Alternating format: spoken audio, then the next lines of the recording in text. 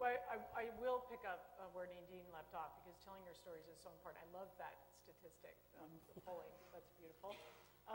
But it's true, and I think the people who most often will support us are the people that we don't talk to. So I thank you so much, Nadine, for highlighting that and the importance of that still. We think, coming out as old school or something. It's absolutely not. In so many areas of our lives, even those of us who do this and are fortunate to do this for our work in the world have to still come out. In other states, I agree with Kevin. Oregon, I think, will be up next in 2014, and they've done an interesting thing, which will bring me to another point in a minute. A number of years ago, I got a call from a labor leader, and she said to me, I'm worried that we may have turned out voters who voted against marriage in Maine because we didn't do our job to educate labor voters. Let's do something about it. And it was a very powerful call. And out of that conversation, we partnered with Labor and BRO, Basic Rights Oregon, statewide colleague organization in Oregon, to start talking to a broader range of voters about marriage equality. And it's working. And it turns out a lot of them are with us, and with some conversation, others are joining.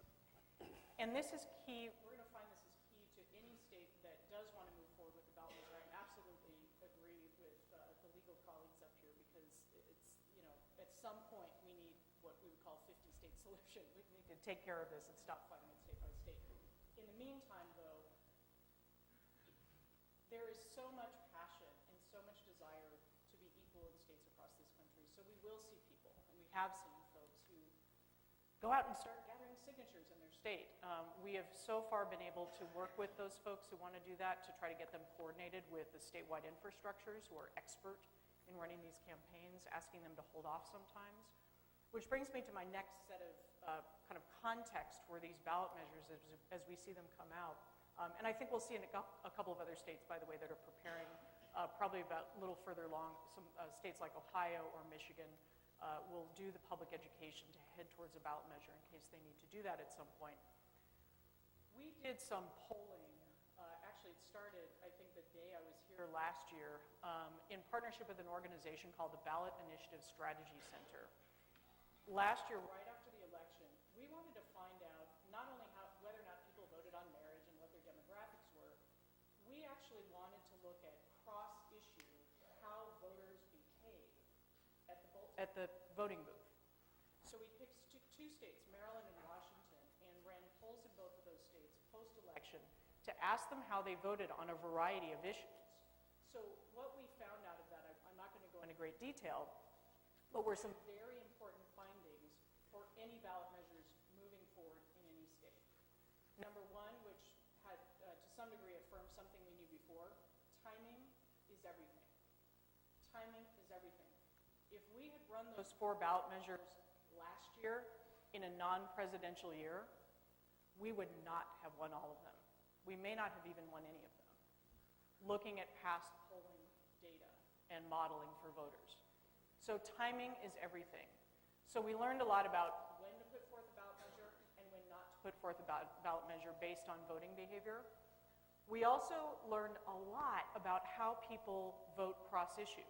So it turns out there's a high correlation with how people vote on something like a statewide DREAM Act, so pro-immigration voters, and marriage equality. We are the same. So strategically, we're talking to states about coalition building and partnering with other issue areas and other organizations to run your ballots at the same time. If you can bring out more people for immigration, we'll get more votes on marriage equality. If we can bring out more marriage equality, we can get more immigration. And finally, a shift has occurred in the electorate where people, particularly center and left, are chomping at the bit to vote on this.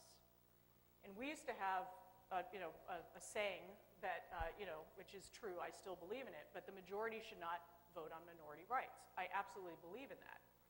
It turns out, however, that a lot of people want to vote.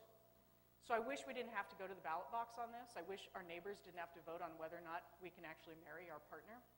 But in some states, that's going to be the case. And so we can use that momentum in the states where ballot measures will go forward to mobilize people to vote. And the last thing I'll just say is that we have done so much work, both through really gleaning the data that we've had to dispel some of the myths that came out of the Prop 8 year. It was also a big year for Florida, sadly. But particularly in Prop 8, the rap was, oh, we lost that because, in particular, the African-American community doesn't support it. That is not true. It is not true, and we've now proven it. And we have partnered with organizations like NAACP, like National Council of La Raza with the Latino community, to show a broad base of support from people from many communities who are in support of marriage equality. So we'll turn that on in states where we have to do ballot measures. That's excellent. Thank you.